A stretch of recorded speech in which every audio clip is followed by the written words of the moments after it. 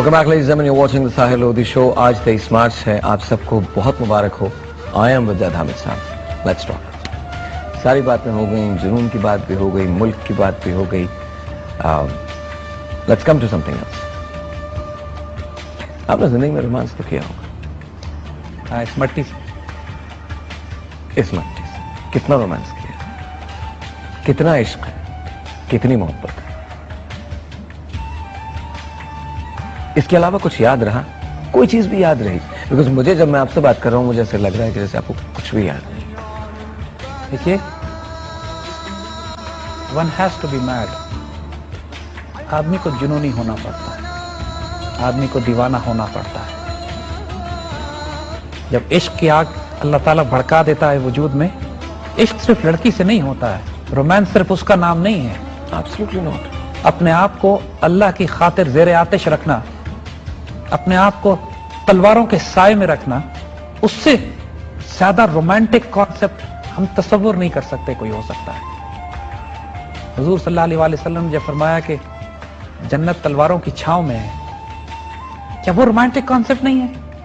क्या सैयदना खालिद बिन वलीद रजी अल्लाह ताला अन्हु जब फरमाते हैं कि मुझे अपनी नई नवेली दुल्हन के साथ वक्त गुजारने से ज्यादा अजीज है कि मैं गहरी अंधेरी रात के अपनी फौज लेके दुश्मन की सफों में घुस जाऊं और अल्लाह के दीन के लिए मैं उस पर फतह हासिल करूं, क्या वो रोमांटिक नहीं है? क्या ये रोमांस नहीं है कि फातिमा बिनते अब्दुल्ला 12 साल की बच्ची पानी की छागल लेके भागते फिर रही है कि मैं किसी तरह मुजाहिदीन को पानी पिला दूं और पानी पिलाते हुए शहीद हो जाए, और इकबाल फिर कहे कि फातिमा तू आबरूए उम्मत मरहूम है, जर्रा जर्रा तेरी मुश्ते खाक का मासूम है. क्या ये रोमांस नहीं है? क्या ये रोमांस नहीं है कि तारिक बिन ज़ियाद जब जिब्राल्टर पर लैंड करे जाके और आगे सिर्फ 12,000 का लश्कर हो तो कहे कि मैं किश्तियां जला देता हूं लेकिन वापस लौट के नहीं जाऊंगा? क्या ये रोमांस नहीं है? रोमांस आइडियोलॉजी के साथ जो होता है ना, जब एक रोमांस एक विजन, एक ख्वाब, एक ड्रीम के साथ होता है तो फिर तारीखें लिखी जाती हैं. फिर इंसानियत को तैयार किया जाता है. इंसान साजी होती है, कौम साजी होती है. हमारे तमाम बड़ों जिन्होंने उम्मतों के हमारी तारीखें मुरतब की हैं, दुनिया को हिदायत के मीनार बना कर दिए हैं, वो सब रोमांटिक आइडियल्स के साथ रोमांस करते हैं. और जब ये कैफियत होती है तो अपनी जाती जिंदगी में बहुत भारी कुर्बानियां देनी पड़ती हैं. अपनी बीवी, अपने बच्चे, अपनी जान, अपनी माल, अपनी इज्जत और अपने आबरू स्टेज पर रखनी पड़ती है. ये मुमकिन नहीं है कि आप उन आइडियल्स के साथ रोमांस करें और कोई कीमत ना अदा करें. देखिए अल्लामा इकबाल को, फैमिली लाइफ का बेड़ा गर्क. कायदे आज़म फैमिली लाइफ थी नहीं, बिल्कुल.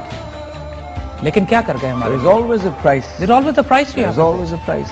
आइडियल रोल मॉडल तो सिर्फ अल्लाह के रसूल सल्लल्लाहु अलैहि वसल्लम का है सुभान कि हर चीज बैलेंस कर सके अपने साथ.